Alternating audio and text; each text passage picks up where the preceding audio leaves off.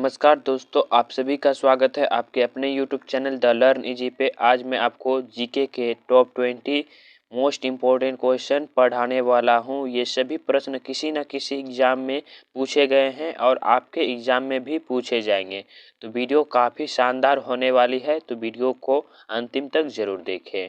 तो आपका first question है, जीएसटी किस अनुच्छेद में शामिल है? तो ऑप्शन नंबर 20 देखें, अनुच्छेद 279 है। अनुच्छेद 279 ए में जीएसटी वर्णित है। बात हुई है यहाँ पे जीएसटी। जीएसटी का फुल फॉर्म होता है गुड्स एंड सर्विस टैक्स। क्या होता है? Goods and service tax. मैं यहाँ लिख देता हूँ, आप भी नोट कर लेंगे, सर्विस टैक्स। अगर भारत में पूछी जाए जीएसटी कब लागू हुआ, तो 1 जुलाई। कब? 1 जुलाई 2017 को। कब हुआ था? 1 जुलाई 2017 को। भारत का पहला कौन सा राज्य था जो जीएसटी लागू किया था? तो असम राज्य था। कौन सा राज्य था? असम राज्य। अब 20 में पूछा जाए कि सबसे पहले जीएसटी कौन सा देश लागू किया था, तो फ्रांस। कौन सा देश? फ्रांस किया था। कब? मैं यहाँ पे लिख देता हूँ, फ्रांस 1954 में। कब? 1954 में। ये सारे पॉइंट आपको ध्यान में रखने हैं, मोस्ट इंपोर्टेंट रहेंगे आपके एग्जाम के लिए। नेक्स्ट क्वेश्चन, किस मध्यकालीन शासक को जगत गुरु कहा जाता है? तो ऑप्शन नंबर डी देखें, इब्राहिम आदिल शाह प्रथम। इब्राहिम आदिल शाह प्रथम को जगत गुरु भी कहा जाता है। इब्राहिम आदिल शाह प्रथम, ये बीजापुर के आदिल शाही वंश का चौथा सुल्तान था। नेक्स्ट क्वेश्चन, किस धर्म से अनुव्रत शब्द जुड़ा हुआ है? तो ऑप्शन नंबर ए देखें, जैन धर्म। जैन धर्म से अनुव्रत शब्द जुड़ा हुआ है। अनुव्रत 5 होते हैं। टोटल कितने अनुव्रत होते हैं? 5 होते हैं। फर्स्ट आपका हो गया अहिंसा, सत्य, असत्य, ब्रह्मचर्य और अपरिग्रह। टोटल 5 अनुव्रत हैं। बात हुई है यहाँ पे जैन धर्म के। जैन धर्म के संस्थापक थे ऋषभ देवनाथ, जो कि जैन धर्म के प्रथम तीर्थंकर भी थे। नेक्स्ट क्वेश्चन, विश्व का प्रथम ग्रीन इस्लामिक बॉन्ड निम्नलिखित में किस देश ने जारी किया? तो ऑप्शन नंबर सी रखे, मलेशिया। मलेशिया देश ने विश्व का प्रथम ग्रीन इस्लामिक बॉन्ड जारी किया।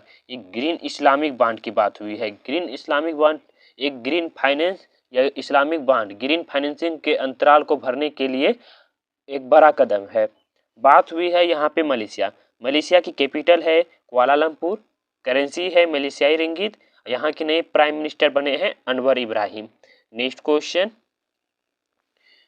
काव्य कृति अमुक्त मर्यादा के लेखक कौन थे? तो ऑप्शन नंबर बी रखे, कृष्णदेव राय। कृष्णदेव राय काव्य कृति अमुक्त मर्यादा के लेखक हैं। कृष्णदेव राय विजयनगर के राजा थे, जिनका शासनकाल 1509 से 1529 के बीच रहा और ये तुलव वंश से थे। कौन से वंश से? तुलव वंश से। मैं यहाँ लिख देता हूँ, तुलव वंश से थे। नेक्स्ट क्वेश्चन, राष्ट्रीय बालिका दिवस कब मनाया जाता है? तो ऑप्शन नंबर डी देख रहे, 24 जनवरी। 24 जनवरी को राष्ट्रीय बालिका दिवस मनाया जाता है। 1 मई को वर्ल्ड इंटरनेशनल लेबर डे मनाया जाता है। 1 दिसंबर को वर्ल्ड एड्स डे मनाया जाता है। 5 अक्टूबर को वर्ल्ड टीचर्स डे मनाया जाता है। तो 1 मई को इंटरनेशनल लेबर डे, 1 दिसंबर को वर्ल्ड एड्स डे, 5 अक्टूबर को वर्ल्ड टीचर्स डे और 24 जनवरी को राष्ट्रीय बालिका दिवस। नेक्स्ट क्वेश्चन, किस शासक को अभिनव भट्टाचार्य कहा जाता है? तो ऑप्शन नंबर सी देखें, महाराणा कुंभा। महाराणा कुंभा को अभिनव भट्टाचार्य कहा जाता है। महाराणा कुंभा चित्तौड़ के शासक थे। इन्हें और एक नाम से पुकारा जाता है, हिंदू सूरत्रान। किससे? हिंदू सूरत्रान से। नेक्स्ट क्वेश्चन, अष्टाध्यायी के लेखक कौन थे? तो ऑप्शन नंबर बी देखें, पाणिनि। पाणिनि जो थे अष्टाध्यायी के लेखक थे। कनिष्क। कनिष्क के शासनकाल में चतुर्थ बौद्ध संगति हुई थी।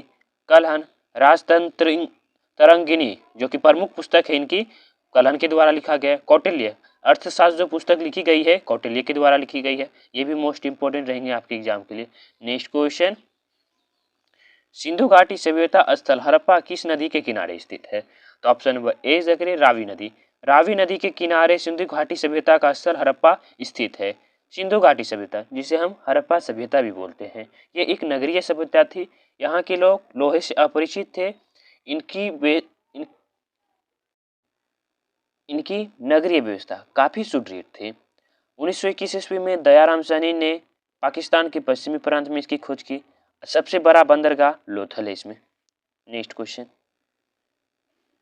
विटामिन डी की कमी से कौन सा रोग होता है? तो ऑप्शन नंबर डी रखें रिकेट्स। रिकेट्स नामक रोग विटामिन डी की कमी से होता है।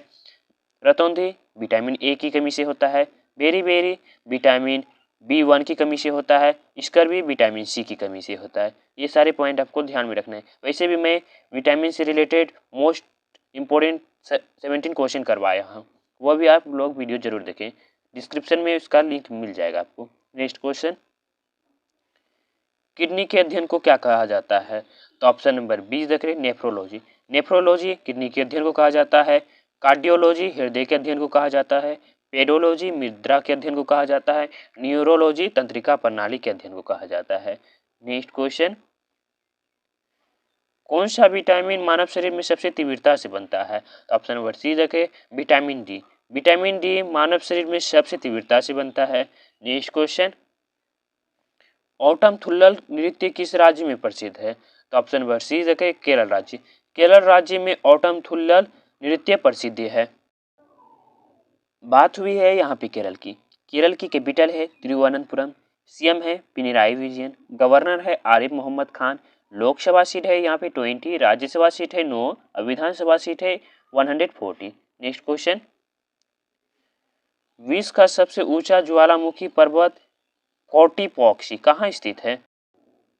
ऑप्शन नंबर 20 देखें इक्वाडोर। इक्वाडोर में विश्व का सबसे ऊंचा ज्वालामुखी पर्वत कोटिपैक्सी स्थित है। अगर इसकी ऊंचाई की बात पूछी जाए तो 5,897 मीटर इसकी ऊंचाई है। कितनी है? 5,897 मीटर इसकी ऊंचाई है। ये तो हुआ सबसे ऊंचा ज्वालामुखी पर्वत। अगर सबसे सक्रिय ज्वालामुखी पर्वत पूछा जाए तो वो विलरिका है, जो कि चिली देश में स्थित है। ये पॉइंट भी आपको अच्छे से ध्यान में रखना है। नेक्स्ट क्वेश्चन, नासा ने किसका अध्ययन करने के लिए मैसेंजर सैटेलाइट लॉन्च किया था? तो ऑप्शन नंबर ए देखें बुध।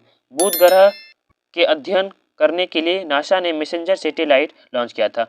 बुध को हम मरकरी भी बोलते हैं। यह सौरमंडल का यह सूर्य के सबसे निकटतम का ग्रह है और सौरमंडल का सबसे छोटा ग्रह है। इसका व्यास मैं बताता हूँ। इसका व्यास है 4,850 किलोमीटर। कितना है व्यास? 4,850 किलोमीटर। 4,850 किलोमीटर। नेक्स्ट क्वेश्चन, किस मुगल बादशाह ने मुगल राजधानी आगरा से दिल्ली स्थानांतरित की? तो ऑप्शन नंबर सी देखें शाहजहां। शाहजहां ने मुगल राजधानी आगरा से दिल्ली स्थानांतरित की। बात हुई है यहाँ पे शाहजहां की। शाहजहां ने ताजमहल का निर्माण करवाया, जो कि आगरा में स्थित है। मोती मस्जिद, जो कि अब लाहौर पाकिस्तान में है, इनका भी निर्माण शाहजहां के द्वारा करवाया गया। जामा मस्जिद का भी निर्माण शाहजहां के द्वारा करवाया गया।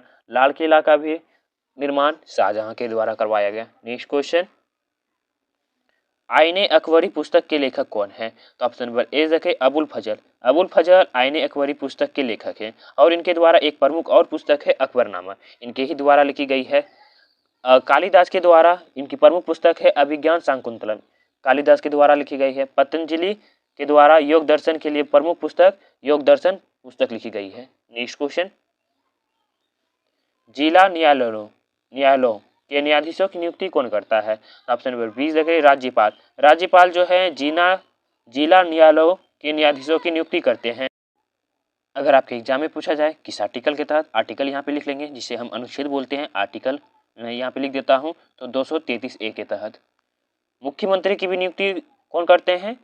तो राज्यपाल करते हैं। कौन से आर्टिकल के तहत? आर्टिकल वो भी आप लोग लिख लेंगे। आर्टिकल यहाँ पे मैं लिख देता हूँ 164 के तहत। नेक्स्ट क्वेश्चन, भारत में स्थानीय स्वशासन का जनक किसे कहा जाता है? तो ऑप्शन नंबर डी देख रहे लॉर्ड रिपन। लॉर्ड रिपन को भारत में स्थानीय स्वशासन का जनक कहा जाता है। नेक्स्ट क्वेश्चन, प्रथम बौद्ध संगीति कहाँ आयोजित की गई थी? तो ऑप्शन नंबर ए देख रहे राजगिरी। राजगिरी में प्रथम बौद्ध संगीति आयोजित की गई थी। वैशाली में द्वितीय बौद्ध संगीति आयोजित की गई थी।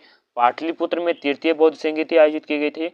अब चतुर्थ जो बौद्ध संगीति आयोजित की गई थी कश्मीर के कुंडलवन में आयोजित की गई थी। अच्छा, बात हुई है प्रथम बौद्ध संगीति के किनके अध्यक्ष में ये प्रथम बौद्ध संगीति आयोजित की गई थी? तो महाकश्यप के अध्यक्षता में। अच्छा, समय कौन सा था? तो 483 ईसा पूर्व। इनके शासनकाल किनका था? तो अजातशत्रु का। ये थे आज की क्लास के कुछ मोस्ट इंपोर्टेंट क्वेश्चन। आशा करता हूँ आपको वीडियो अच्छी लगी होगी। वीडियो अगर अच्छी लगी तो अभी ही वीडियो को लाइक करके चैनल को सब्सक्राइब कर लें। मिलते हैं अगले वीडियो में। Thank you so much and wish you all the best.